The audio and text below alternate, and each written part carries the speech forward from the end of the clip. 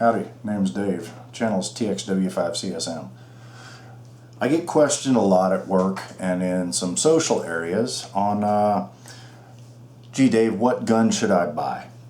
So what I did was came up with a quick 10-point document that I pass on to people that I last revised in May of 2013, and I thought maybe somebody might be interested in this information. So I figured I'd make a video out of it. So, point one, responsibility. You are responsible for your firearm. It's not going to do anything you don't make it do. It's not going to do anything on its own. There are no dangerous firearms, only more or less dangerous people. If you want to cut the audio to this and just read it on your own, trust me, there's going to be more than enough time to go through these points. Point two. Learn. Make sure you understand stress. Make sure you understand how it affects the body. There are a couple points there in the text that you can read. If your purpose is personal defense, do not overlook this point, or else I consider it negligent. If you fail to learn, you then become a risk to yourself and others and subject to prosecution. Point three, training. Make sure you have safe weapon handling training. Make sure you always abide by the 4 rules of gun safety.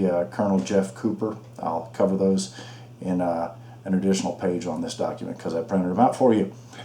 4, feel. If it doesn't feel right to you, being the person who's going to be using the firearm, then you're probably not going to train with it, you're not going to shoot it much, you're not going to become proficient, and you're just not going to have a great experience. So my recommendation is that you borrow one or rent one at a range that rents them out, and make sure it's something that you're interested in. We'll get into caliber discussions later, but really, if it's too snappy, if it is too, if it doesn't feel right, you're just not going to be able to go with it. On to caliber. So item number 5 is caliber. Let me slide this up a little bit. So caliber. This is a big argument. Very contentious point with a lot of people. Do your own research, make your own decisions. My guidance is the largest caliber you can possibly carry and control safely and accurately.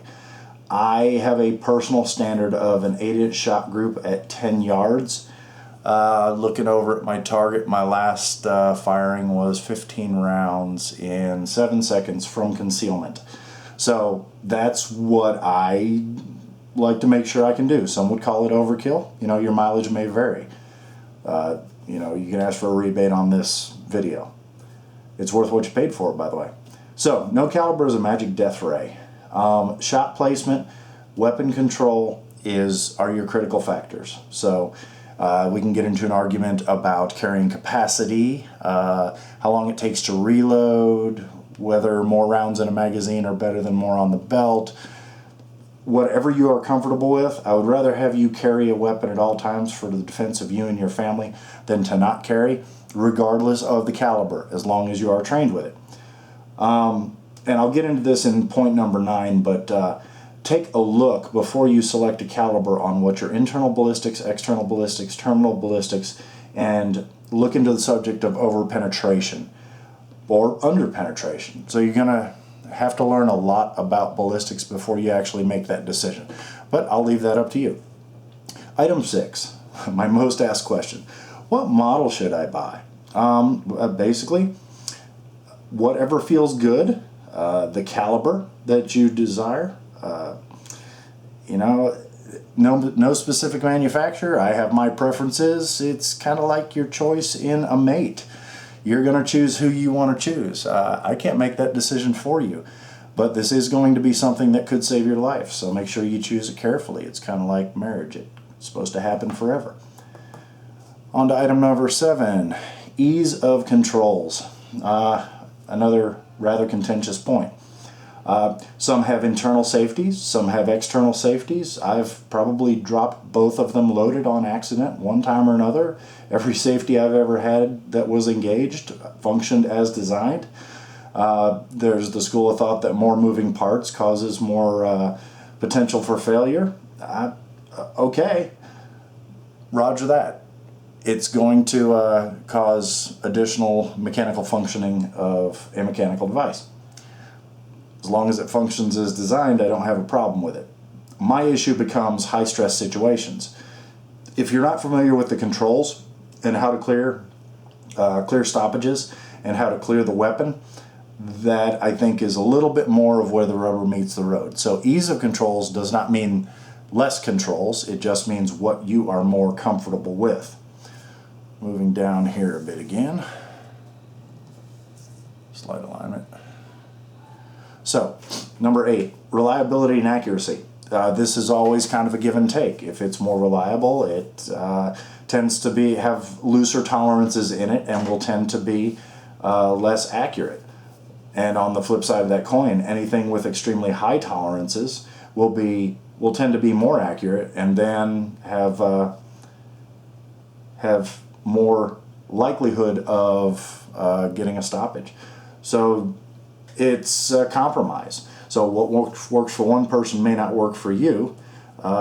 Take a look at it. Again, make sure you're comfortable with whatever you choose. But again, it is your choice. Item number 9, shoot.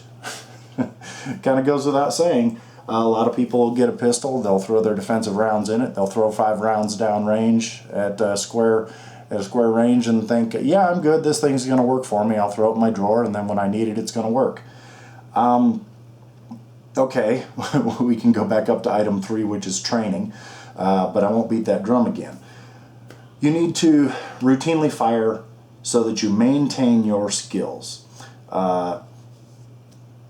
That is pretty much it. You're going to get better the more you do it, especially the more that you apply the good fundamentals of marksmanship, and your shooting will improve. But, you know, again, I'm going on to what I addressed back in item number 5 as far as the ballistics. You know the ballistics. Know your choice of self-defense ammunition. Make sure you shoot a lot of your self-defense ammunition. You do not want to have a click and no bang when you find yourself in an awkward situation. I'm not going to tell you what my choice is, but it is very defendable in a court of law. So odds are if a law enforcement agency uses it, it's probably safer than the Zombie Killer 5000. I would not want to defend the Zombie Killer 5000 in a court of law. So let's just leave it at that. Item number 10, train. Yeah, I put it in there twice. It's not a mistake. So you need basic training, which I hit back up in item 3. I put it here again, but it's a different type of training. This is advanced training. This is differing disciplines. This is from different sources. So you get basic training on a square range. Can you shoot at night? How do you see at night? What are your choices in lasers? What are your choices in flashlights?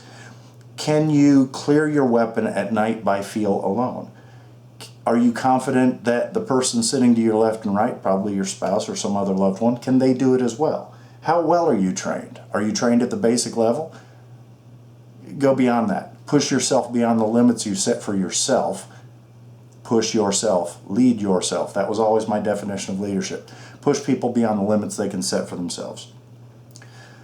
Enough on that. Finally, the last point, which doesn't even have a number. Have fun. It's a lot of stuff to think about. It's a lot of responsibility. That's why responsibility was number 1. But have fun, take it seriously, and take someone shooting. Take someone else out. You can be part of the solution, and letting people know, item number 1 again. A gun's not going to do anything that you don't have it do. So do it responsibly, do it very well, become someone that everyone else wants to emulate so that you can be a fine representative of the gun culture out there to other people. And they'll want to come shooting with you because they know you are a fine, responsible person. And remember, when it's all said and done, knowledge is only power when you share it.